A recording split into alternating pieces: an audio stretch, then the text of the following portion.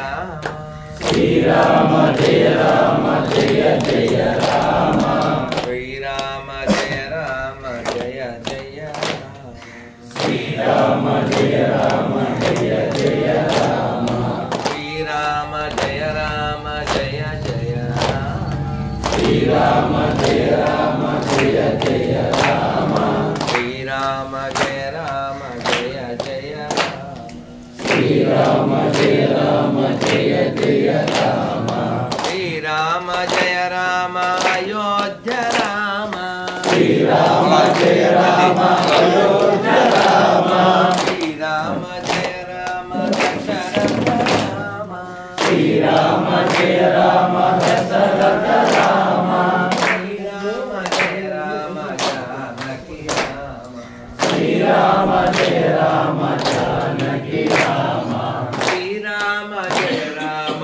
జగదభిరామ శ్రీరామ జయ రామ జగదభిరామ ఇది పొలాలు తీయమన్నారు పొలాలు తీ శ్రీరామ జయ రామ జయ జయ శ్రీరామ జయ రామ జయ జయ రామ శ్రీరామ జయ రామ జయ శ్రీరామ జయ రామ జయ జయ రామ శ్రీరామ జయ రామ కోదండ రామ శ్రీరామ జయ రామ కోదండ రామ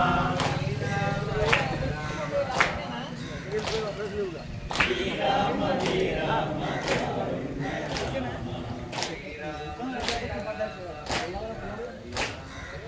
జయ రామ శ్రీరామ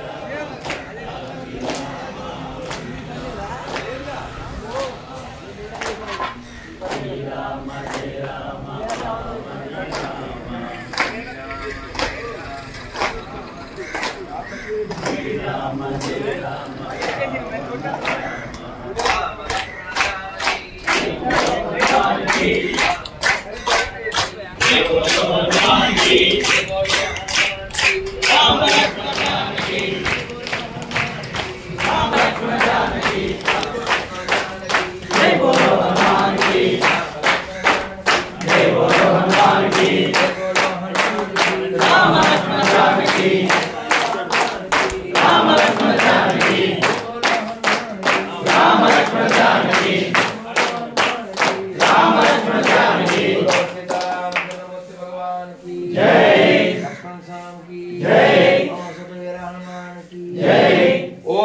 स्वामी राधा मनोहर दास गारी की जय राधा मनोहर दास गारी की जय राधा मनोहर दास गारी की जय हरे कृष्ण हरे कृष्ण हरे कृष्ण हरे कृष्ण कृष्ण कृष्ण कृष्ण कृष्ण हरे हरे हरे हरे हरे राम हरे राम हरे हरे राम राम राम राम हरे हरे हरे గోవిందా గోవిందా ఒక్క 5 నిమిషాలు మాట్లాడకండి వినండి. మనిషికి లోపల కలిగేటువంటి ఫీలింగ్ని మనం అనుభూతి అంటాం. ఈ అనుభూతులు మంచి ఉంటాయి, చెడ్డ ఉంటాయి. అనుభవాలు కూడా అంతే. అనుభూతి మనకి గుర్తుండిపోతుంది, అనుభవాలు గుర్తుండేలా చేస్తాయి. అనుభవం మంచిది ఉండొచ్చు, చెడ్డది ఉండొచ్చు, అనుభూతి కూడా అంతే. ఈ కాలం ఇలా వానలో చల్లదనం, పొలాలు, తాడి చెట్లు,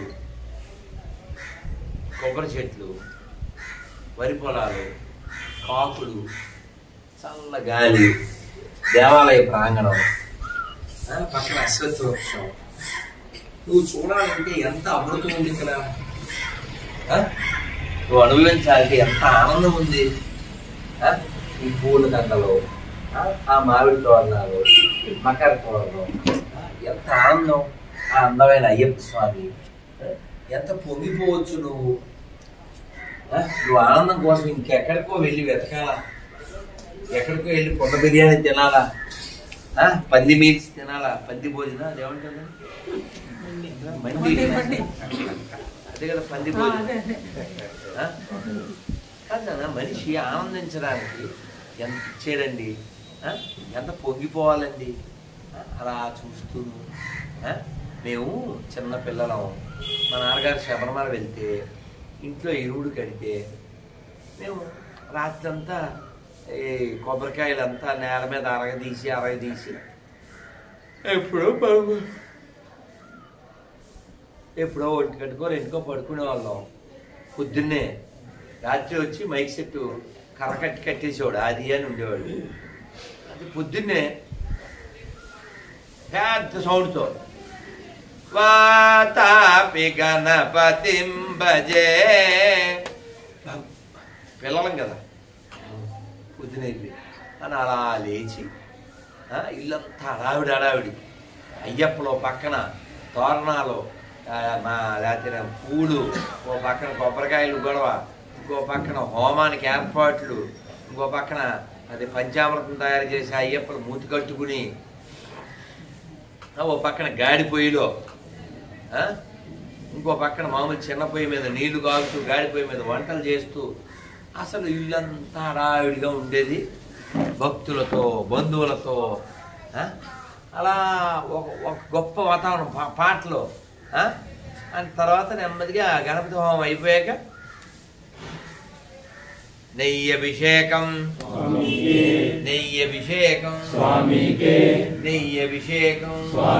అంటూనే ఉండేవాళ్ళు. మధ్య మధ్యలో మళ్ళీ పాలాభిషేకం అనేవాళ్ళు. కాదు అయిపో నెయ్యభిషేకం చేస్తుంది అదే అనాలి స్వామి. అలా ఓ గ్రేట్ మెమరీ. అలా వెనక్కి వెళ్తే అంతా అయిపోయిన తర్వాత పరిగెట్లు అయిపోయి అయ్యప్పలందరికీ ప్రసాదాలు పెట్టి వాళ్ళంతా చేయగొడుకోవడానికి మేము బకెట్ పట్టుకుని వెళ్ళేవాళ్ళం పిల్లలం. అలా వెళ్ళి ఎంత మళ్ళీ వాళ్ళకి టవలిచ్చి ఎంత మంచి అనుభూతి అది. అందరికి కొసరు వడ్డించి అయ్యప్ప ఇంకోటి ఇంకో బూరె, అయ్యప్ప పెరుగు, అయ్యప్ప పచ్చడి, ఇలా ఇలా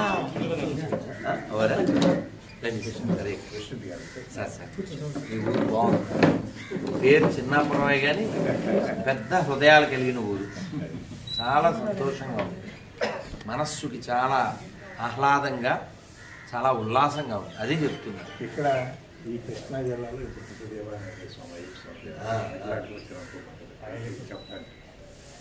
మంచి వాతావరణం, ఊరు ఉండడం వేరు, మంచి వాతావరణం. అలా అలా ఒకసారి తలదిప్పితే ఎంత ఆనందం అండి. ఇలా చూస్తే అయ్యప్ప, అలా చూస్తే ఆహ్లాదం.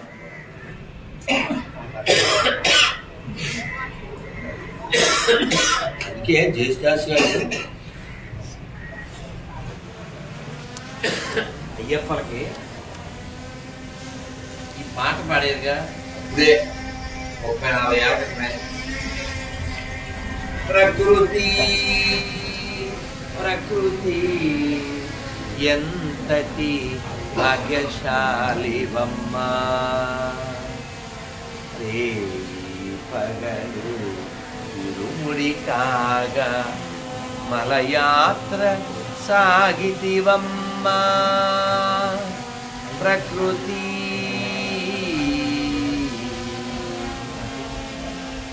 ఎంత అనుభవించండి. అవునా? ఈ పాటలో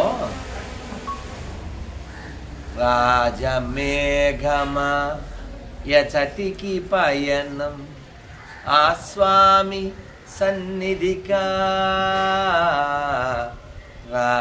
రాజమేఘమా యచటికి పయనం ఆ స్వామి సన్నిధికా. ఎంతటి తొందర నీలో ఆ చిరుపాదములభిషేకింపగా, ఎంతటి తొందర నీలో ఆ చిరుపాదములభిషేకింపగా. ప్రకృతి ప్రకృతి ఎంతటి భాగ్యశాలివమ్మ. ఏమంటే ప్రకృతి భాగ్యశాలి మనమా? ఇలాంటి ప్రకృతిలో పుట్టినందుకు మనం కదా. ఇంత పచ్చదనంలో, నదీ తీరంలో, సాగర తీరంలో జన్మించడం భాగ్యం కదా. అది నువ్వు గ్రహించాలి కదా, దానికి సంతోషించాలి కదా. ఎంత ఇచ్చిన పరమాత్మకి నేనేం చెయ్యాలని ఆలోచించాలి కదా. అందుకని ఇది కదా, ఎవరో లిఫ్ట్ ఇచ్చారు అంటావా? చిన్న గిఫ్ట్కో చిన్న లిఫ్ట్కో థ్యాంక్స్ చెప్పేవే. ఇంత గిఫ్ట్ ఇచ్చాడు పరమాత్మ. ఈ శరీరం ఇచ్చి, వాక్కునిచ్చి, తినడానికి ఇచ్చి, కట్టుకోవడానికి ఇచ్చి, ఉండడానికి ఇచ్చి, ఇలాంటి వాళ్ళకి పదవినిచ్చి, ఇదంతా భాగ్యం కదండి. ఎంత సంబరపడాలి సార్ మనం, ఎంత సంబరపడాలి. కాబట్టి భగవంతుడికి నేనేం చేయగలను ఇది ఆలోచించాలి. ఆలోచించాలి. ఆలోచిస్తే లోపల ఉన్నవాడు గైడెన్స్ ఇస్తాడు ఎలా చెయ్యాలి. ఇప్పుడు తిరుమల విషయం చూద్దాం. తిరుమలలో ఇదివరకు గుండు కొట్టుకోవాలి, డబ్బులు, తిండి కొనుక్కోవాలి, చివరికి వేడి నీళ్ళు కొనుక్కునేవాళ్ళు. మా చిన్నప్పుడు మాకు తెలుసు, కట్టెల పొయ్యి నుండి రూపాయి ఇస్తే బకెట్ నీళ్ళు ఇచ్చేవారు. గుండు కొట్టుకొచ్చి అని ఉండేవాళ్ళం పిల్లలం. ఉంటే అమ్మ నాన్న ఒకరిని కాపలా పెట్టి వాళ్ళు వెళ్ళి ఆ బకెట్ నీళ్ళు తెచ్చి అక్కడే ఎక్కడో రోడ్డు పక్కన అలా స్నానం చేయించేసి ఆ తర్వాత వాడు వచ్చి చందనం పెట్టి ఆ గుండు అమ్మ టోపీ, ఇప్పుడు టోపీ కొనుక్కుని, అది స్వీట్ మెమరీ. కానీ పెద్ద ఎన్టీఆర్ వచ్చాక ఏం చేశారు? ఇంత స్వామి సొమ్ములు వస్తున్నాయి, అవి ఏం చేద్దాం, ఉచితం అయిపోలే, కళ్యాణ కట్ట ఉచితం అయిపోయింది, ప్రసాదం ఉచితం అయిపోయింది.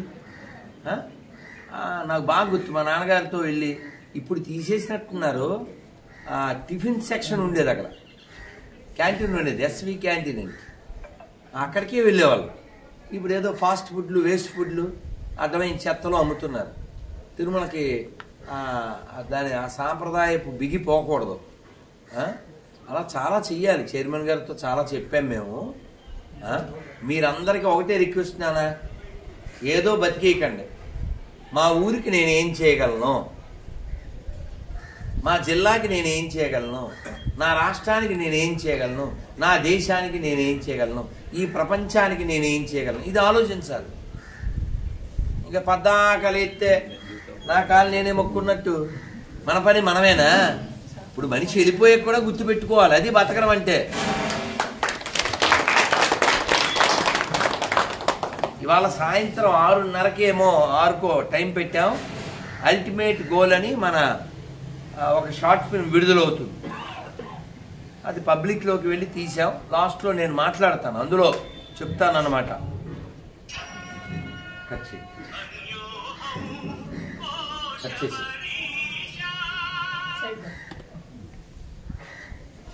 అందులో చెప్తాను నేను, దేశం కోసం జీవిద్దాం, ధర్మం కోసం జీవిద్దాం, దేశ ధర్మాల కోసం జీవిద్దాం, జీవించి కూడా దేశం కోసం మరణిద్దాం, మరణించి కూడా జీవిద్దాం అంటారు ఆఖరిలో. కాబట్టి మరణించి జీవించడం అంటే ఏమిటి? మనం వెళ్ళిపోయిన తర్వాత లోకం మన గురించి మాట్లాడాలి. లోకం మన గురించి మాట్లాడాలంటే లోకంలో శోకం తీయడానికి మనం ఏం చేయగలమో ఆలోచించాలి. లోకంలో బోల్డు దుఃఖం ఉంది. అయ్యప్ప పాటల్లోనే చెబుతారు. ఎవరు? యేసుదాస్ గారు అద్భుతంగా పాడతారు కదా, అంతా దుఃఖము అంతము చేయగదయ్యా శబరివాస, అంతా మోక్షము అనుగ్రహించు నీ చేతుల అనుగ్రహించు దేవా,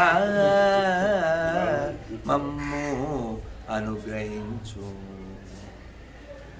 మాయామయమీ జీవితంలో మదమాచర్యాల తలపులతో.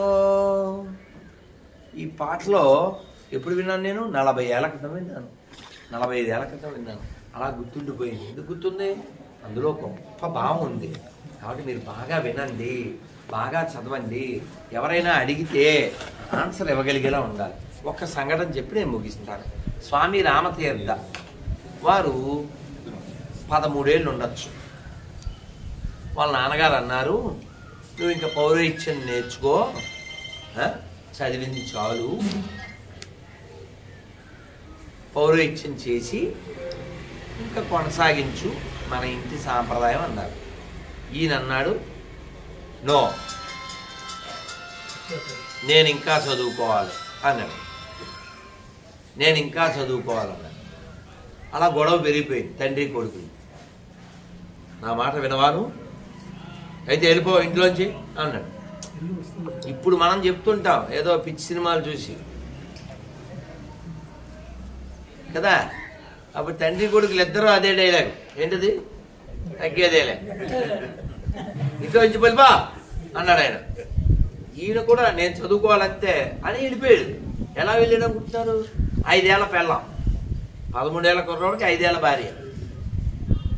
దానికి అసలు ఏమొచ్చు? ఆ పిల్లని తీసుకెళ్ళి బయట ట్యూషన్లు చెబుతూ, ఈయన చదువుకుంటూ, ఆ పిల్లకి చేసుకుంటూ ఆయన ఏ లెవెల్కి వెళ్ళాడు అంటే, స్వామి రామతీర్థ గురించి మనం మాట్లాడుతున్నాం. నా దేశమే నేను, తెలంగాణ పోరాటంలో కూడా ఆయన ఉన్నారు, చాలా గొప్ప ఆయన. అయితే ఆయన పరీక్షలు రాస్తే, పరీక్ష పేపర్ ఇస్తే ఇందులో ఉన్న 10 ప్రశ్నల్లో ఏదైనా 7 ప్రశ్నలకు మీరు సమాధానం వసగుడి అని ఇస్తారు కదా. ఇస్తే ఈయన ఏం చేశాడు తెలుసా? 10 ప్రశ్నలకి సమాధానాలు రాసి మీకు నచ్చిన 7 సమాధానాలు ఎన్నుకోండి అని పెట్టి, అది ఆయన కెపాసిటీ. అదే ఆయన కెపాసిటీ. స్లిప్పులు, కాపీ కొట్టాలు, కొంచెం చూపించవా అండాలు, అది లేదు. ఆ బ్యాక్ బెంచెస్ ఉంటారు, అది వేరే కథ. కాబట్టి ఎదగడం అంటే అది, గెలవడం అంటే అది. మనందరిలో ఉంది శక్తి తెలుసా. మనకు బద్ధకం, దొప్పడేసి పడుకుంటాం. అందుకని మీరు లక్ష్యం కలిగి ఉండండి. నేనేం చేయగలను. నేను వెళ్ళి తిడుతుంటా మా అసిస్టెంట్స్ని, ఒరే మీకు నా మీద ప్రేమ లేకపోయినా పర్లే, దేవుడి మీద, దేశం మీద, ఇంటి మీద లేకపోయినా మీ మీద ఉండాలి కదా. ప్రేమ మీ మీద ఉండాలిగా. వదిలేస్తే 11 దాకా పడుకోవడం అది 10 లక్షలు. 10 పడుకోదు అప్పటిదాకా. కానీ మిమ్మల్ని మీరు ప్రేమించు. నేనేం చేయగలను, నాకేం చేసుకోగలను. లేదు, జపం చేయి నీకు లాభం, చదువు నీకు లాభం, విను నీకు లాభం, ప్రదక్షిణ చేయి నీకు లాభం, వినాయకుడి ముందు గుంజీలు నీకు లాభం, దేవుడికి పూలు పుట్టు నీకు లాభం, అక్కడ వంట చేస్తున్నారు వెళ్ళి హెల్ప్ చేయి నీకు లాభం, పొలంలో నాన్నకి హెల్ప్ చేయి నీకు లాభం, అమ్మకి అంటులతో అవుతుంది హెల్ప్ చేయి, గిన్నె లోపలెట్టు. మేము మా అమ్మ ఏం చెప్పినా చేసాం, మా నాన్నగారు ఏం చెప్పినా చేసాం. మాకు ఎదిరించడం రాదు, నేను చేయను, నేను ఎందుకు చేయాలి. ఈ పదాలు మా నోట్లోంచి రాలే. మరి కల్లాపి చల్లాలి, పేడ తీసుకురా, వెళ్ళి తెచ్చాను నేను. బట్టల పైన ఆరేసాం, ఒడియాలు పెట్టింది అమ్మ, దాన్ని మళ్ళీ నీళ్లు జల్లి అవి తీసేవాళ్ళం, ఒడియాలు పెట్టేవాళ్ళం. మనం పెడితే ఒడియాలు రావనుకోండి, మ్యాపులు వస్తాయి, రకరకాల మ్యాపులు. ఇంకా చేసిన చాలు మీరు పండి అనేది అమ్మ. ఎండలో మంచి ఎండ ఉంటేనే కదా ఒడియాలు పెట్టేది. ఇప్పుడు బెటర్గా ఎవడ డిసెంబర్లో అమ్మ ఇలా చూసేది, ఉంటాడు సూర్యుడు అనుకుని పెద్ద గిన్నె, అదే మనం గంగాళం, ఆ గంగాళంలో పిండి, ఒడియాలు ఎవరి కోసం? పిల్లలు తినాలి. అమ్మకున్న ఆలోచనలో పావలా కూడా ఉండదా నీకు? అమ్మ కోసం 10 మంది పిల్లల్ని అమ్మ పోషించాలా? 10 మంది కలిసి ఒక అమ్మని పోషించరా? కడుపు కాలిపోతుంది సార్. పొద్దున్న సాగంటి గారు చెప్తున్నారు, విన్నదే అయినా బాధగా ఉంటుంది. ఆయన ఎక్కడో రామాయణం చెప్పారట. వాళ్ళు ఆ నిర్వాహకుడు వచ్చి, ఏమండి 20 మంది అక్కడి నుంచి వస్తారు వ్యాన్లోను, అదే వృద్ధాశ్రమం, ఒక్కసారి మీరు ఆ వృద్ధాశ్రమానికి రారు అన్నారు. సరే అని వెళ్ళి చూసి అలా వస్తున్నారట. శాంతి గారు స్పష్టంగా చెప్తారుగా. వస్తుంటే పెద్ద ఆవిడ, నమస్కారం అండి, మా అబ్బాయి మధ్యాహ్నం వచ్చేస్తాడు, నేను వెళ్ళిపోతాను, బ్యాగ్ కూడా రెడీ చేసుకున్నాను అందంట. మంచిదమ్మా అన్నారట. ఆయన ఏం అడగలేదు, ఆవిడే చెప్పింది. మరి అలా వెళ్ళిపోతుంటే పక్కన ఆయన అని ఏమైందో చెప్పాడు. ఒక్కగానొక్క కొడుకు ఈవిడికి, చిన్నప్పుడే వాళ్ళ భర్త చనిపోతే ఈవిడే ప్రేమగా పెంచింది. ఓ రోజు ఆవిడ్ని తీసుకొచ్చాడు ఇక్కడికి, తీసుకొచ్చి వదిలేసి వెళ్ళిపోయాడు.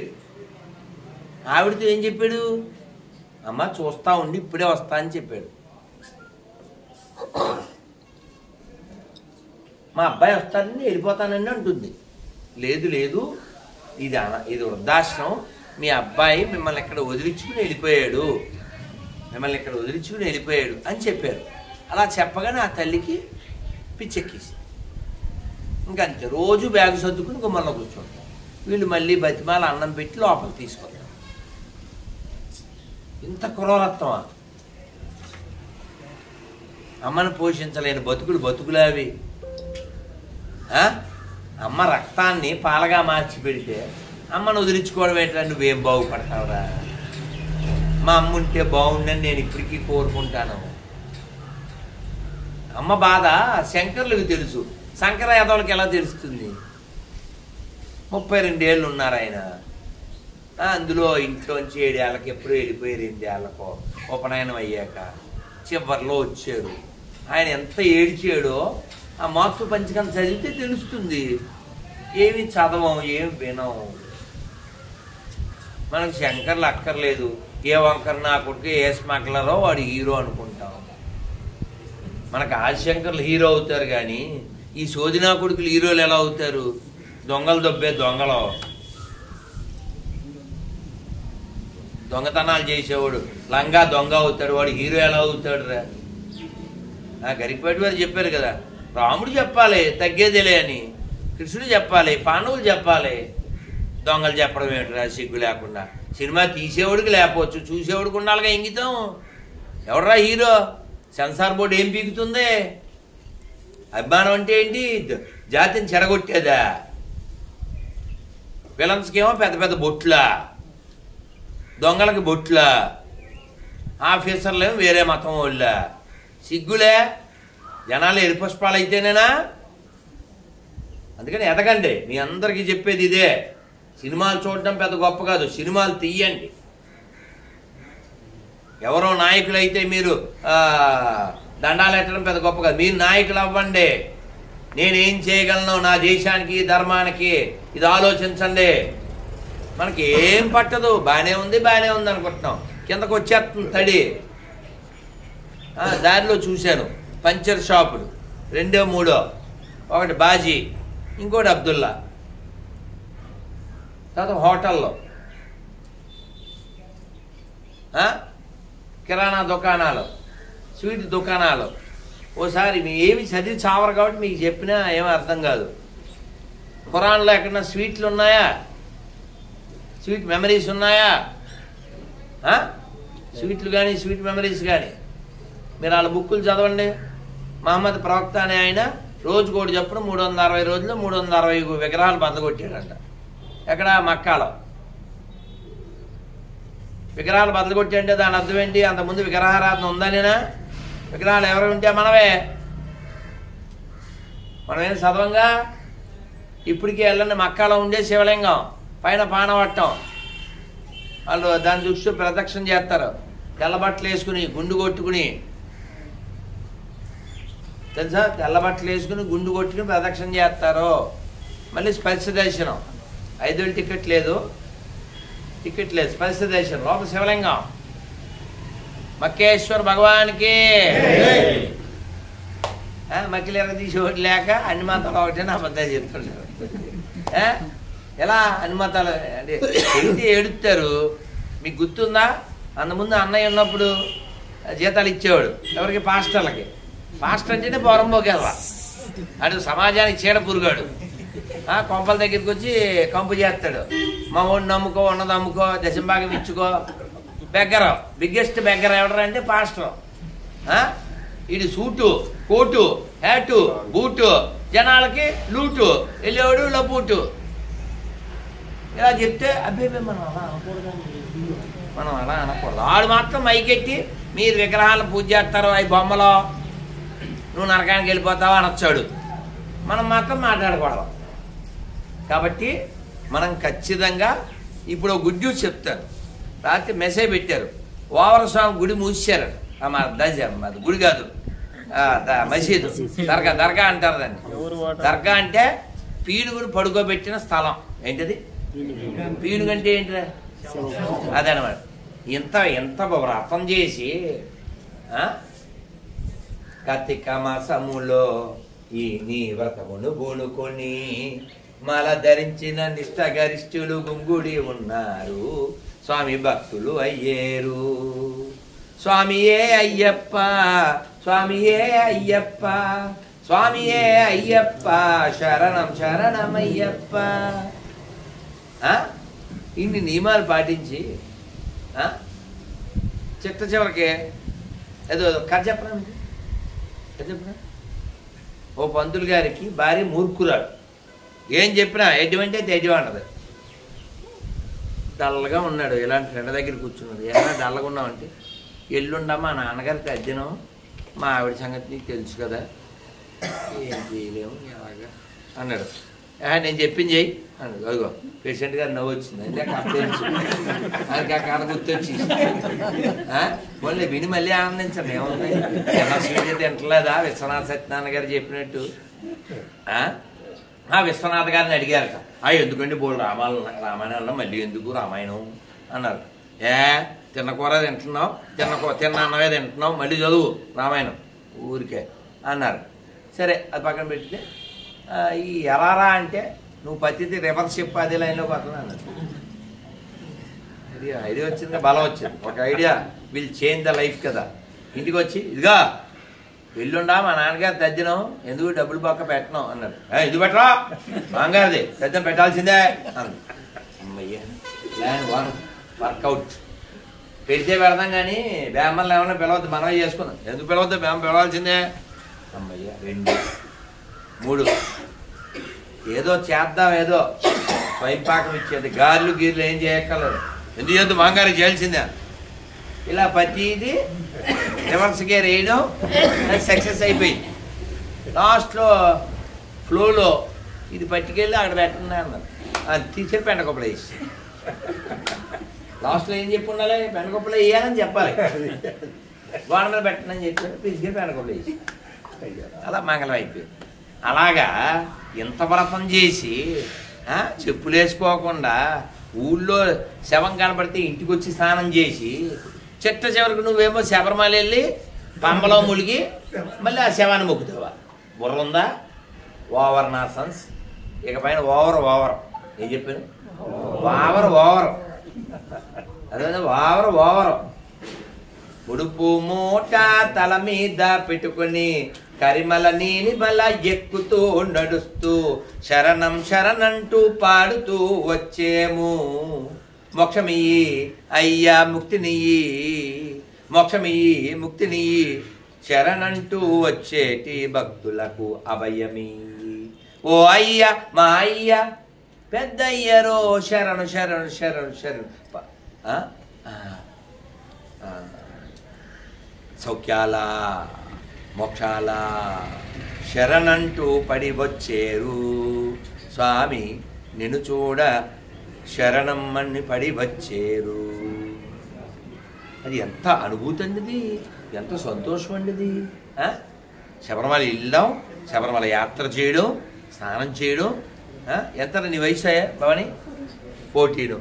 నేను 6 ఏళ్ళకి వెళ్ళాను ఫస్ట్ టైం, కానీ 3 ఏళ్ళ నుంచి ఏడ్చేవాడిని నేను అని. ఆ 3 ఏళ్ళ తీసుకెళ్ళలేక 6 ఏళ్ళు వచ్చాక రేపు పొద్దున్న వెళ్తా ఉండగా ఇవాళ టవల్ చుట్టేసి ఆ మాల వేసేసి వాళ్ళు నన్ను నడవడం లేదు ఇంకో ఫస్ట్ టైం శబరిమలకి.